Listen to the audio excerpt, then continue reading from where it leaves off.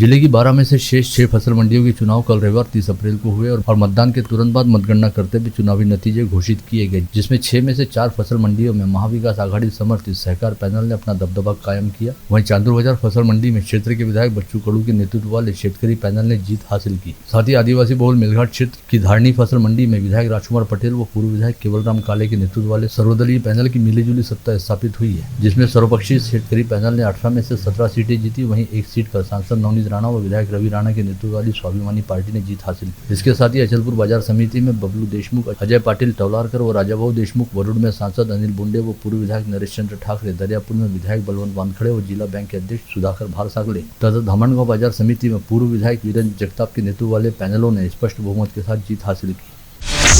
आदिवासी बहुल मेलघाट क्षेत्र के विधायक राजकुमार पटेल व पूर्व विधायक केवलराम काले के नेतृत्व में कांग्रेस, राष्ट्रवादी कांग्रेस, प्रहार, भारतीय जनता पार्टी व शिवसेना समर्थित सर्वपक्षीय शेतकरी पैनल धारणी फसल मंडी के चुनावी मैदान में था, जिसके चलते सर्वपक्षीय शेतकरी पैनल के लिए जीत पहले से आसान रही, क्योंकि सभी प्रमुख दलों के नेताओं द्वारा अपनी ताकत झोंकी गई थी। धारणी फसल मंडी में 8 प्रत्याशी पहले ही निर्विरोध निर्वाचित हो गए थे, जिसके बाद शेष 10 सीटों के लिए कल 30 अप्रैल को मतदान कराया गया, जिसमें सर्वपक्षीय शेतकरी पैनल ने 10 में से 9 सीटों पर जीत हासिल की और एक सीट पर राणा दंपति का समर्थक प्रत्याशी जीता।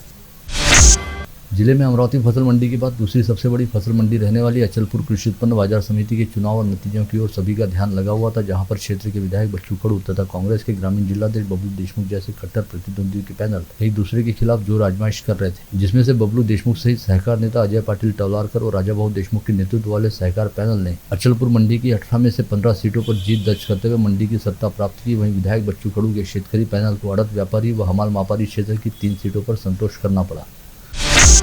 अचलपुर के साथ ही समूचे जिले के राजनीतिक पदाधिकारियों और सहकार नेताओं का ध्यान चांदूर बाजार कृषि उत्पन्न बाजार समिति के चुनाव पर भी लगा हुआ था, क्योंकि यहां पर भी विधायक बच्चू कडू तथा पूर्व जिला परिषद अध्यक्ष बबलू देशमुख जैसे कट्टर प्रतिद्वंदी आमने सामने थे। लेकिन जहां अचलपुर में बबलू देशमुख के नेतृत्व वाले सहकार पैनल का सिक्का चला, वहीं चांदूर बाजार में विधायक बच्चू कडू के नेतृत्व वाले शेतकरी पैनल ने अपना दबदबा बनाते हुए 18 में से 16 सीटों पर जीत हासिल की। वहीं 2 सीटों पर निर्दलीय प्रत्याशी जीते। चांदूर बाजार फसल मंडी में कांग्रेस नेता बबलू देशमुख का सहकार पैनल अपना खाता भी नहीं खोल पाया। धामणगांव रेलवे कृषि उत्पन्न बाजार समिति के चुनाव में पूर्व विधायक वीरेंद्र जगताप के नेतृत्व वाले कांग्रेस प्रणीत शेतकरी सहकार पैनल ने 18 में से 16 सीटों पर जीत हासिल करते हुए धामणगांव मंडी की एक तरफा सत्ता हासिल की। यहां पर भाजपा विधायक प्रताप अड़सड़ व राकापा नेता विजय भैंसे के शेतकरी पैनल को केवल एक सीट पर सफलता मिली, साथ ही एक अन्य सीट पर निर्दलीय प्रत्याशी जीता। दरियापुर फसल मंडी के चुनाव में क्षेत्र के विधायक बलवंत वानखड़े तथा जिला मध्यवर्ती सहकारी बैंक के अध्यक्ष सुधाकर पाटिल भारसागले के नेतृत्व में सहकार पैनल ने 18 में से 14 सीटों पर जीत हासिल की। वहीं 3 सीटों पर शेतकरी पैनल के प्रत्याशी व एक सीट पर निर्दलीय प्रत्याशी विजयी रहे। सबसे रोमांचक मुकाबला वरुण फसल मंडी में हुआ, जहां मुख्यधारा की राजनीति में एक दूसरे के परस्पर विरोधी रहने वाले नेताओं ने आपस में हाथ मिलाते हुए राजनीति में अपने सहयोगी रहने वाले नेताओं के खिलाफ अपने अपने पैनल खड़े किए थे, जिसके तहत भाजपा नेता व राज्यसभा सांसद अनिल बुंडे तथा राकापा नेता व पूर्व विधायक नरेश चंद्र ठाकरे ने एक साथ आकर सहकार पैनल का गठन किया था। वहीं उनके खिलाफ पूर्व मंत्री हर्षवर्धन देशमुख, निर्दलीय विधायक देवेंद्र भुयार व पूर्व सभापति गिरीश कराले ने एकजुट होकर शेतकरी परिवर्तन पैनल को मैदान में उतारा था, जिसमें से सांसद बुंडे व पूर्व विधायक नरेश चंद्र ठाकरे के नेतृत्व वाले सहकार पैनल ने 18 में से 15 सीटों पर जीत हासिल की। विगत 29 व 30 अप्रैल की दरमियानी रात बेमौसम बारिश से जिले के विभिन्न इलाकों में घरों व खेतों का बड़े पैमाने पर नुकसान होने की जानकारी मिलते ही जिलाधीश पवनीत कौर ने अंजनगांव, बारी, भानखेड़ा व पोहरा सहित विविध आपदा प्रभावित क्षेत्रों का दौरा किया। साथ ही बेमौसम बारिश की वजह से हुए नुकसान का प्रत्यक्ष जायजा लेते हुए अपने अधीनस्थ अधिकारियों को पंचनामे की कार्रवाई जल्द से जल्द पूरा करने के निर्देश दिए। साथ ही जिलाधीश पवनीत कौर ने कई नुकसान प्रभावित किसानों से संवाद साधते हुए उनकी समस्याओं व दिक्कतों को भी जाना।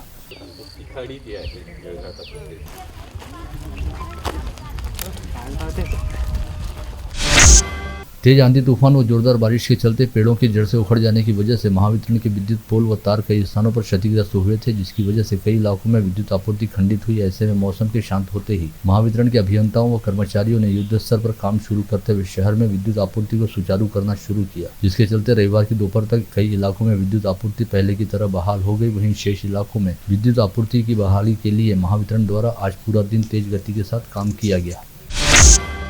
इसके साथ ही शहर के कई इलाकों में बेमौसम बारिश व तेज आंधी तूफान की वजह से हुए नुकसान के बारे में जानकारी मिलते ही मनपा आयुक्त प्रवीण आष्टीकर ने रविवार से ही अपने अधीनस्थ अधिकारियों व कर्मचारियों के साथ राहत व बचाव काम करना शुरू किया, जिसके तहत मनपा के अधिकारियों व कर्मचारियों सहित ठेकेदार एसोसिएशन के सदस्य भी काम पर लगे और विभिन्न इलाकों में सड़कों पर उखड़कर गिरे पेड़ों की टहनियों व टूटे हुए विद्युत तारों को हटाने का काम किया गया। इस दौरान जिले की सांसद नवनीत राणा, विधायक रवि राणा व विधायक सुलभा खोड़के ने भी शहर में कई स्थानों का दौरा करते हुए बेमौसम बारिश की वजह से हुए नुकसान का जायजा लिया।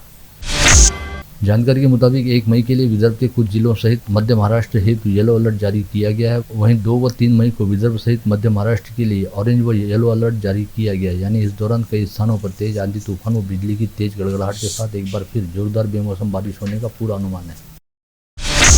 रविवार तड़के अमरावती शहर में तेज आंधी तूफान के साथ जोरदार बारिश होने की वजह से फसल मंडी परिसर में खुले आसमान के नीचे रखा किसानों का लाखों रुपए का अनाज भीगकर पानी में खराब हो गया और किसानों का बड़े पैमाने पर नुकसान हुआ। यह बात पता चलते ही बडनेरा निर्वाचन क्षेत्र के विधायक रवि राणा ने तुरंत ही अमरावती फसल मंडी के अनाज मार्केट यार्ड का दौरा किया और यहाँ पर हुए नुकसान को अपनी आंखों से देखते हुए आरोप लगाया कि व्यापारियों का माल तो किसानों के माल हेतु बनाए गए शेड में रखा गया है, लेकिन किसानों के माल को धूप व पानी से बचाने हेतु कृषि उत्पन्न बाजार समिति द्वारा किसी तरह का कोई उपाय नहीं किया गया। इस समय विधायक रवि राणा ने मंडी प्रशासन को जमकर आड़े हाथ लेते हुए किसानों द्वारा लाए जाने वाले माल की सुरक्षा हेतु तुरंत उपाय योजना करने और कृषि उपज के लिए शेड उपलब्ध कराने की बात कही।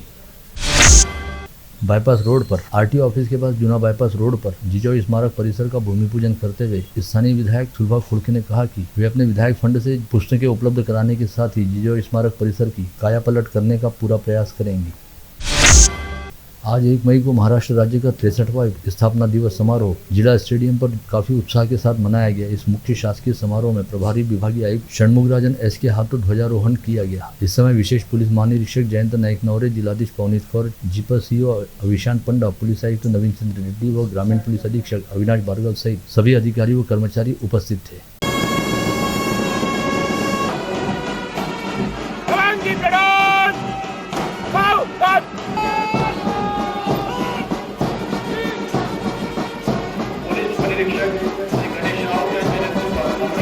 उपनिरीक्षक श्रीमती मीनाक्षी बोचे यांच्या नेतृत्वात अमरावती शहर ग्रामीण महिला पथक,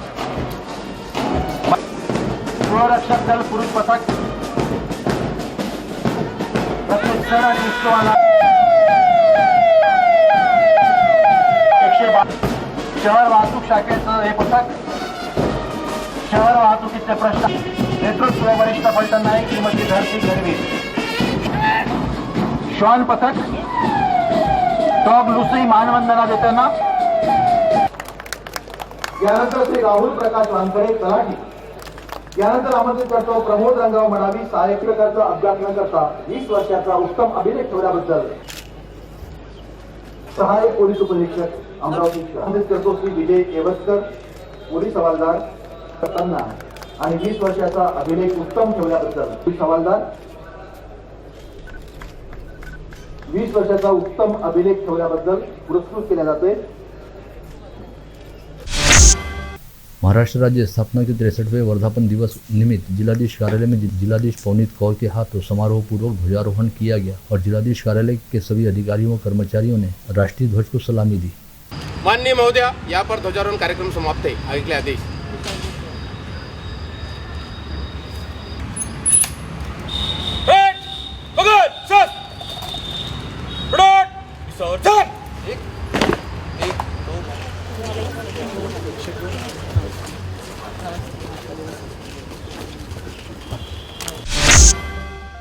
इसके साथ ही जिलाधीश पवनीत कौर ने महाराष्ट्र दिवस के उपलक्ष्य में अपने सरकारी निवास स्थान पर भी ध्वजारोहण किया और तिरंगे झंडे को सलामी दी।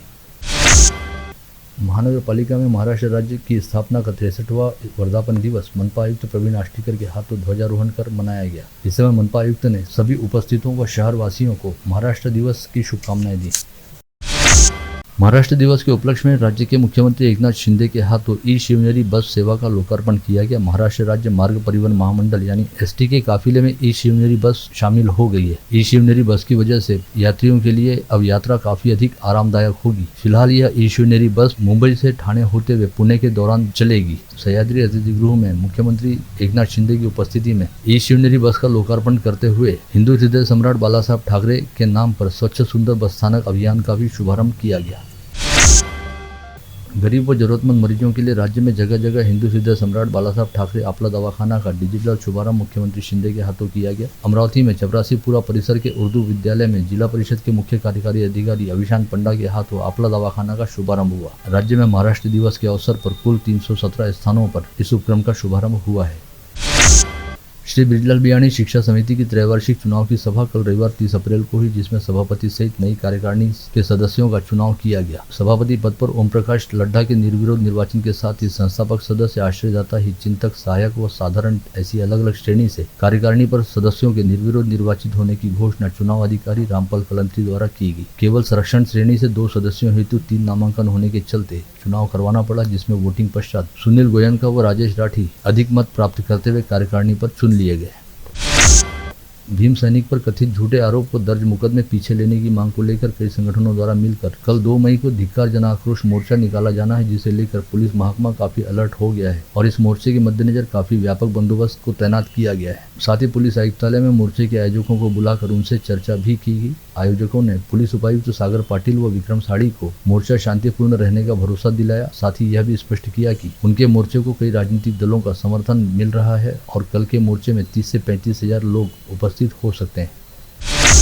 वहीं पुलिस सूत्रों ने बताया कि इससे पहले अमरावती शहर में निकाले गए कुछ मोर्चों की वजह से वातावरण तनावपूर्ण होने की घटनाओं से सबक लेते हुए कल के मोर्चे के दौरान व्यापक बंदोबस्त लगाया जा रहा है, जिसके तहत 700 अधिकारियों और कर्मचारियों की नियुक्ति की गई है और पुलिस द्वारा चप्पे चप्पे पर कड़ी निगरानी रखी जाएगी। किसानों के साथ धोखाधड़ी न हो, इसके लिए गठित गुण नियंत्रण दस्ते ने नकली खाद के मामले में 1 साल के दौरान 5 पुलिस केसेस बनाकर 21 विक्रेताओं के लाइसेंस निलंबित किए। इस वर्ष भी इस कार्रवाई का अभियान जोरों से शुरू रहेगा।